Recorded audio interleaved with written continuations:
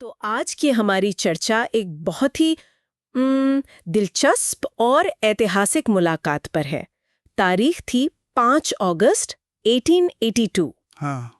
दो ऐसी हस्तियां मिली जो अपनी अपनी दुनिया की शिखर पर थीं। एक तरफ थे ईश्वर चंद्र विद्यासागर, विद्वान, समाज सुधारक, शिक्षावेद, मतलब जिन्हें सचमुच ज्ञान का सागर माना जाता था। बिल्कुल। और दूसरी तरफ थे श्री रामकृष्ण परमहंस, एक ऐसे संत जिनकी दुनिया किताबों से नहीं बल्कि गहरे आध्यात्मिक अनुभवों से बनी थी। हमारे पास जो स्रोत हैं वो इस मुलाकात का बहुत ही जीवंत ब्यौरा देते हैं।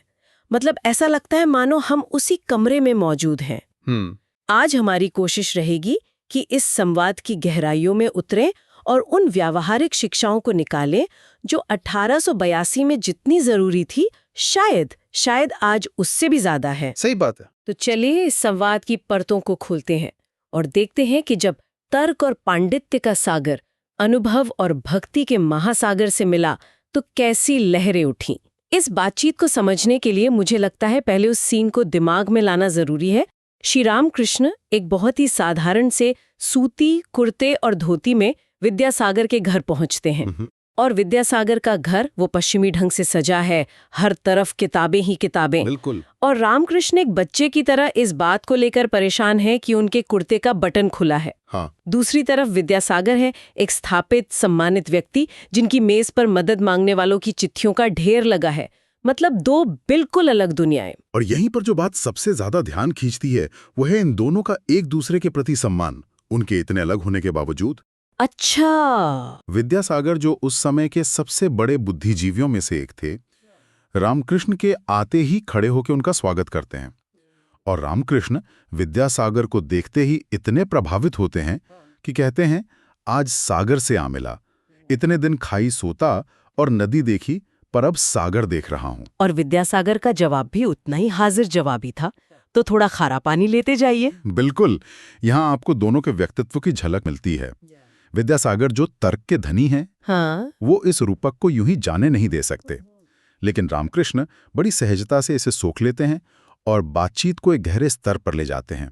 वे कहते हैं, नहीं जी, खारा पानी क्यों? तुम तो अविद्या के सागर नहीं, विद्या के सागर हो। तुम क्षीर समुद्र हो। और बस इसी एक वाक्य से उन्होंने पूरी चर्चा की नींव रख दी। अविद्या और विद्या के बीच का फर्क। ये दिलचस्प है क्योंकि बाहरी दुनिया के लिए तो विद्यासागर ही ज्ञान के प्रतीक थे। तो फिर रामकृष्ण के लिए विद्या और अविद्या का क्या मतलब था? उन्होंने ये भेद क्यों किया? देखिए, रामकृष्ण के हिसाब से अविद्या वो दुनिया है जिसमें आप जीते हैं, जिसका आधार तर्क है, महत्वाकांक्षा है, और जिसे वो कामनी कंचन कहते हैं, यानी पैसा और ऐशो आराम। हाँ, उसकी कभी न खत्म होने वाली दौड़, जिसे हम आज की भाषा में रैट रेस कह सकते हैं। और दूसरी तरफ विद्या वो है जो आपको किसी गहरी चीज की ओर ले जाती है, करुणा, भक्ति और चीजों से एक तरह का अलगाव। तो क्या वो विद्यासागर के समाज सुधार के कामों की आलोचना कर रहे थे, क्योंकि वो काम तो इसी दुनिया से जुड़े थे? नहीं, बिल्कुल नहीं, बल्कि वे विद्यासागर के कामों की तारीफ करते हैं। स्कूल चलाना, दान देना, इन सबको वे सत्व का रजोगुण कहते हैं, यानी अच्छे इरादे से किए गए कर्म। अच्छा। वो कहते हैं कि ये कर्म अच्छे हैं, लेकिन वो एक बहुत बारीक फर्क बताते हैं। वो कहते हैं कि जो लोग नाम या पुण्य कमाने के लिए काम करते हैं, उनका कर्म निष्काम नहीं है। उनका कर्म भी एक तरह के अहंकार से बंधा हुआ है। यानी कर्म तो अच्छा है, लेकिन उसके पीछे की नीयत सब कुछ बदल देती है। अगर वो बिना किसी फल की इच्छा के किया जाए, तभी वो आध्यात्मिक प्रगति में मदद करता है। एकदम सही। और इसी बात को समझाने के लिए वो एक बड़ा सुंदर उदाहरण देते हैं। वे विद्यासागर की दया और कोमलता की तुलना पलवल या परवल से करते हैं, जो पकने पर अंदर से नरम हो जाता है। अच्छा। इसके विपरीत वे उन खाली पंडितों की बात करते हैं जो ज्ञानी तो हैं, पर अंदर से उतने ही कठोर और सांसारिक चीजों से चिपके हुए हैं। ये तो आज के इन्फॉर्मेशन एज पर एक सीधी टिप्पणी लगती है। हम सबके पास दुनिया भर की जानकारी है, गूगल बस एक क्लिक दूर है, लेकिन क्या वो ज्ञान हमारे व्यवहार में, हमारी दया में झलकता है? बिल्कुल। ऐसा लगता है रामकृष्णन 1882 में ही नॉलेज होर्डिंग और सच्ची समझ के फर्क को पकड़ रहे थे। बिल्कुल। उनके लिए व्यवहारिक शिक्षा यही थी कि ज्ञान का असली मूल्य उसे इकट्ठा करने में नहीं, बल्कि उसे जीने में है, अपने आचरण में उतारने में है।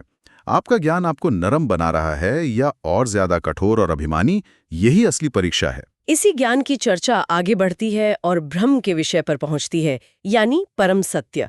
और यहाँ पर विद्यासागर, जो इतने दर्शन शास्त्र पढ़ चुके थे, कहते हैं कि ईश्वर को जानना संभव नहीं है, उन्हें शब्दों में नहीं बांधा जा सकता। और मजे की बात देखिए, श्री रामकृष्ण इस बात से पूरी तरह सहमत होते हैं, लेकिन उनका नजरिया एकदम अलग है। वो कैसे? वो कहते हैं, हाँ, ये सच है, क्योंकि ब्रह्म विद्या और अविद्या दोनों के परे है, उसे शब्दों में बताया ही नहीं जा सकता। और फिर वो कुछ ऐसे उदाहरण देते हैं जो किसी भी किताब से ज्यादा असरदार हैं। जैसे वो कहानी जिसमें एक पिता अपने 2 बेटों से पूछता है कि ब्रह्म कैसा है। हाँ, बड़ा बेटा वेदों के श्लोक सुनाने लगता है, पर पिता चुप रहते हैं। छोटा बेटा बस मौन खड़ा रहता है, सिर झुकाए। और फिर पिता कहते हैं, बेटा, तुम्ही ने कुछ समझा है। सोचिए, ये कितनी गहरी बात है। परम सत्य पर सबसे बड़ा बयान है मौन। और फिर वो नमक के पुतले का उदाहरण देते हैं। एक नमक का पुतला समुद्र की गहराई नापने गया, लेकिन वो वापस खबर देने कभी नहीं लौटा, क्योंकि वो खुद ही समुद्र में घुल गया। हाँ। वो खुद ही समुद्र बन गया। रामकृष्ण कहते हैं, इसी तरह जिसे ब्रह्म का अनुभव हो जाता है, वो चुप हो जाता है। उसके विचार, उसका तर्क, सब शांत हो जाता है। लेकिन एक आधुनिक श्रोता के लिए क्या ये एक तरह का बौद्धिक पलायन नहीं लग सकता? ये कहना कि परम सत्य शब्दों से परे है, कहीं मुश्किल सवालों से बचने का एक आसान तरीका तो नहीं? बिल्कुल, बहुत अच्छा सवाल है। मुझे लगता है रामकृष्ण ये नहीं कह रहे कि तर्क व्यर्थ हैं, वो बस उसकी सीमा बता रहे हैं। अच्छा। वो कहते हैं कि वेद पुराण भी उस परम सत्य का बस इशारा दे सकते हैं, अनुभव नहीं।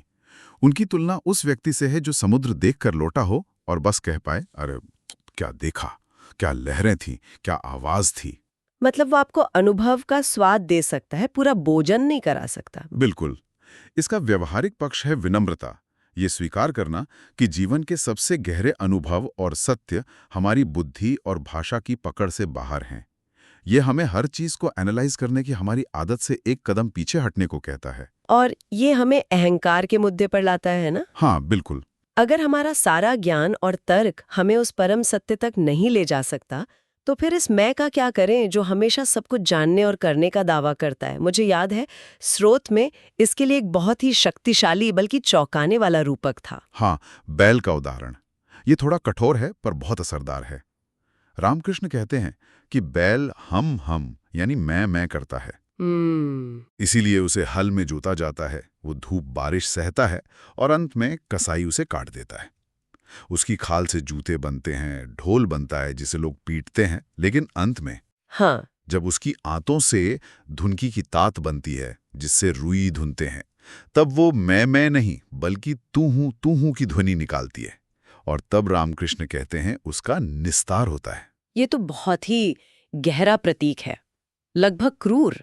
इसका मतलब है कि अहंकार, ये मैं का भाव सचमुच कष्ट को न्योता देता है। बिल्कुल। ये एक याद दिलाने जैसा है कि जब हम लगातार अपनी उपस्थिति और अपनी उपलब्धियों का ढिंडोरा पीटते हैं, तो जिंदगी हमें किसी न किसी हल में जोत ही देती है। एकदम सही। और वो अंतिम बदलाव, मैं से तू हूं तक का सफर, तब होता है जब वो वाद्य यंत्र अपनी खुद की आवाज नहीं निकालता, बल्कि एक उच्च सत्य के साथ गूंजता है। लेकिन रामकृष्ण बहुत व्यवहारिक थे। वो जानते थे कि संसार में रहते हुए इस मैं को पूरी तरह मिटाना लगभग असंभव है। तो उन्होंने इसका क्या समाधान बताया? उन्होंने एक बहुत ही सरल रास्ता दिखाया। उन्होंने कहा कि मैं दास हूं, मैं भक्त हूं का भाव रखो, अपने मैं को ईश्वर का सेवक बना दो। ये हनुमान जी के उदाहरण से साफ होता है। अच्छा। जब राम ने पूछा कि तुम मुझे किस भाव से देखते हो, तो हनुमान ने कहा, जब मुझे मैं का बोध रहता है तब मैं देखता हूं कि तुम पूर्ण हो और मैं अंश, तुम प्रभु हो और मैं दास, और जब मुझे तत्वज्ञान होता है तब मैं देखता हूं कि तुम ही मैं हो और मैं ही तुम। वाह! तो व्यवहारिक रूप से अपने जीवन में कर्तापन के भाव को ईश्वर को समर्पित कर देना, यही भक्ति योग का सार है। हाँ, अपना काम पूरी लगन से करो, लेकिन उसके नतीजे को एक उच्च शक्ति पर छोड़ दो। अनुभव पर ये जोर, किताबों के ज्ञान के ऊपर। मुझे लगता है कि मुलाकात के अंत में रामकृष्ण द्वारा किए गए एक बहुत ही दिलचस्प भेद में अपने चरम पर पहुंचता है। उन्होंने 2 तरह के ज्ञानी लोगों के बारे में बताया, ज्ञानी और विज्ञानी। हाँ, वो यहाँ क्या कहना चाह रहे थे? ये उनकी शिक्षाओं का एक तरह से सार है। वे कहते हैं कि ज्ञानी वो है जो नेति के रास्ते से संसार को मिथ्या समझकर ब्रह्म तक पहुंचता है। जैसे कोई सीढ़ियां चढ़कर छत पर पहुंच गए हो, ये ज्ञान का मार्ग है। लेकिन विज्ञानी एक कदम आगे है। वो कैसे? विज्ञानी वो है जो छत पर पहुंचने के बाद ये भी देखता है कि छत और सीढ़ियां दोनों एक ही चीज, ईंट, चूना, पत्थर से बनी है। वो देखता है कि जो निराकार निर्गुण ब्रह्म है वही साकार होकर ये जीव और जगत बना है। अच्छा। वो छत पर पहुंचकर वापस नीचे आ जाता है और संसार में ही रहता है, लेकिन एक बदले हुए दृष्टिकोण के साथ। उसके लिए अब कुछ भी मिथ्या नहीं है, सब कुछ उसी एक सत्य की अभिव्यक्ति है। तो ये एक तरह से ऐसा है जैसे कोई कोडर पहले भाषा के नियम सीखता है, वो ज्ञानी है, लेकिन फिर वो एक मास्टर आर्किटेक्ट बन जाता है। विज्ञानी जो मूल सिद्धांतों को इतनी अच्छी तरह समझता है कि वो देख सकता है कि कैसे कोड, यूजर इंटरफेस और यूजर का अनुभव सब एक ही मूल विचार के अलग अलग रूप है। क्या खूबसूरत एनालॉजी है। वो सिर्फ नियम नहीं जानता, वो पूरे सिस्टम को देखता है। बिल्कुल, यही बात है।